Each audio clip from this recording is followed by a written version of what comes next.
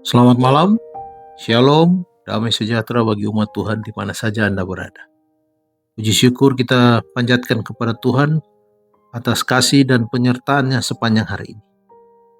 Sebelum kita beristirahat, marilah kita meluangkan waktu sejenak untuk merenungkan firman Tuhan, agar hati kita dikuatkan dan hidup kita semakin dipimpin oleh kehendak-Nya. Mari berdoa. Bapa kami yang di surga, terima kasih atas berkat dan penyertaan-Mu sepanjang hari ini. Pada malam ini kami datang ke hadapan-Mu untuk mendengarkan firman-Mu. Bukalah hati dan pikiran kami agar dapat memahami pelajaran yang Engkau sediakan bagi kami. Kiranya Roh Kudus menuntun kami selama perenungan ini, sehingga kami semakin dekat kepadamu. Di dalam nama Tuhan Yesus Kristus kami berdoa.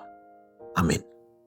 Judul renungan malam ini, penurutan, kondisi untuk kebahagiaan. Ayat renungan diambil dari kitab Keluaran pasal 19 ayat 5.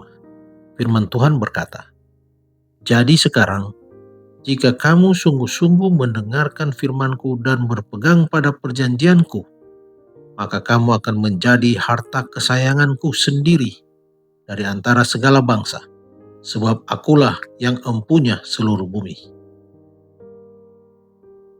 Leluhur kita yang pertama itu, sekalipun diciptakan dalam keadaan suci dan tidak berdosa, tidaklah ditempatkan dalam suatu keadaan di mana mereka tidak mungkin berbuat salah. Allah menjadikan mereka sebagai makhluk yang mempunyai kebebasan, sanggup untuk menghargai kebijaksanaan serta kebajikan daripada tabiatnya dan keadilan tuntutannya. Dan dengan kebebasan yang penuh, mereka bisa memilih untuk menurut atau tidak. Mereka direncanakan untuk dapat menikmati persekutuan dengan Allah dan malaikat-malaikat suci. Tetapi sebelum mereka memperoleh kehidupan yang kekal itu, kesetiaan mereka harus diuji. Semenjak awal kejadian manusia, satu ujian telah diadakan guna menguji keinginan untuk memanjakan diri. Satu nafsu yang berbahaya yang telah menjadi dasar dari kejatuhan Lucifer. Pohon pengetahuan baik dan jahat tumbuh dekat pohon al-hayat di tengah-tengah taman itu sebagai suatu ujian terhadap penurutan, iman, dan kasih dari para leluhur kita yang pertama. Sementara mereka diizinkan untuk memakan dengan sesukanya buah dari semua pepohonan yang ada, mereka dilarang untuk mengecap sebuah pohon pengetahuan ini dengan kematian sebagai imbalannya. Mereka juga terbuka kepada pencobaan iblis. Tetapi bila mana mereka dapat tahan akan ujian itu, mereka akhirnya akan ditempatkan lebih tinggi daripada kuasa iblis itu untuk menikmati hidup yang kekal bersama Allah. Allah menempatkan manusia di bawah hukum sebagai satu syarat mutlak dari hidupnya. Ia berada di bawah pemerintahan ilahi dan tidak ada pemerintahan tanpa hukum. Allah dapat menciptakan manusia tanpa kesanggupan untuk melanggar akan hukumnya. Ia dapat mencegah tangan Adam untuk tidak menjamah buah yang terlarang itu. Tetapi di dalam hal seperti itu, manusia bukan lagi merupakan sebagai makhluk yang bebas memilih, melainkan seperti mesin semata-mata. Tanpa kebebasan memilih, penurutannya tidaklah bersifat sukarela, tetapi terpaksa. Dalam keadaan seperti ini, maka tidak akan ada perkembangan tabiat. Keadaan seperti ini bertentangan dengan Allah dalam perlakuannya dengan penduduk dunia lain.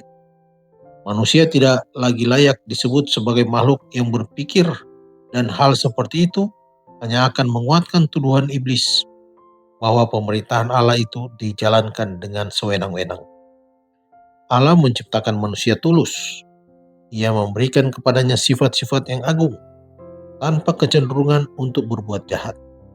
Ia menganugerahi dia dengan kuasa berpikir yang tinggi serta memberikan kepadanya pengaruh-pengaruh yang kuat agar ia tetap setia.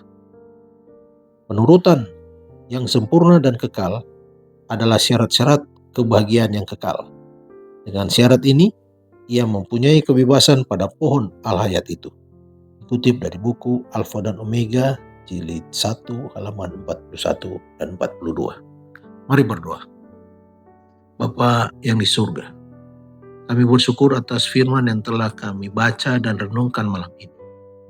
Terima kasih karena Engkau mengingatkan kami bahwa kebahagiaan sejati ditemukan dalam hidup yang taat dan berserah kepada kehendak-Mu.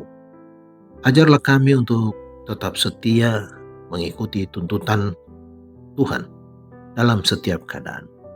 Percaya bahwa jalan-Mu selalu yang terbaik bagi kehidupan kami.